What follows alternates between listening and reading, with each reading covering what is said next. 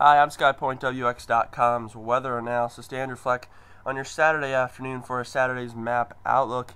And not too much going on over the United States, all that much. Again, the east is a lot calmer from, I believe it was Thursday, as you saw some snow and rain in a mix. Across Washington and Oregon, you're just seeing a continuous snow occur. That's due to a system up in Alaska that is stretching its tail end of moisture into the inland areas and into the coastal areas of the west. Even some mountainous snows that some moisture was able to linger across over there with some snow, some rain, more like snow in the mountains, rain in the valleys. And then again, not too much going on across the Caribbean. But if we go to the Gulf, that's a different story, because in the Gulf, we're talking about Tropical Storm Ida, and Tropical Storm Ida looks absolutely monstrous, very prone to development, and something that, you could give an image to a meteorologist and say, it's July, and they'd probably agree with you. But if you gave them this and said it's November, they would probably they'd probably question you. They'd probably scratch their head and kind of have to give that second thoughts, because this looks absolutely so well developed.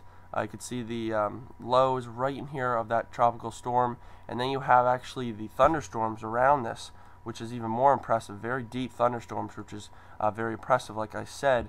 And then you have the flailing tail shear winds pulling into the storm, so that indicates more thunderstorms. It's able to enclose itself, kind of secure itself from any weaker prone conditions. So it's going to definitely, the way it's shaping up and the way it's looking, it's going to definitely keep its strength. And the forecast is that this does move between the two land masses here and into the Gulf.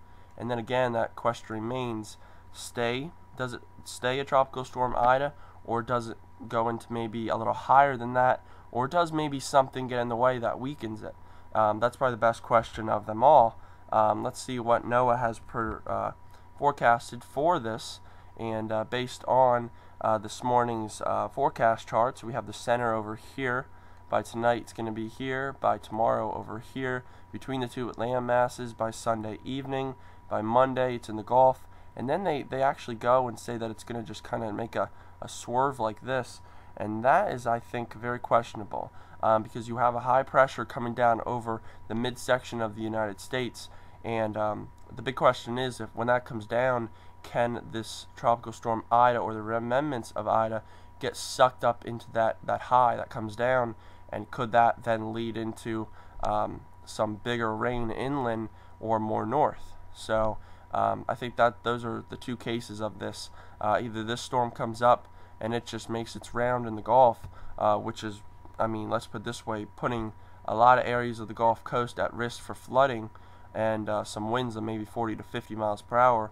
Or does the storm get sucked up by the high, and all the energy and moisture gets led into the north, and even the North sees, preferably the southeast and the northeast, sees some heavy rain with this? That's a good question. But anyway, we're just going to have to see whether the strength and everything continues first before we go into forecasting that. I will say one thing though, that whether the track it takes, whether it gets sucked up in the high, or whether it doesn't make its roundabout in the Gulf, it's still going to give those coastal Gulf states a heck of a rain. So again, you guys just have to be really watching for that, because this could be something pretty dangerous in the ways of flooding, even some winds, of course, as well.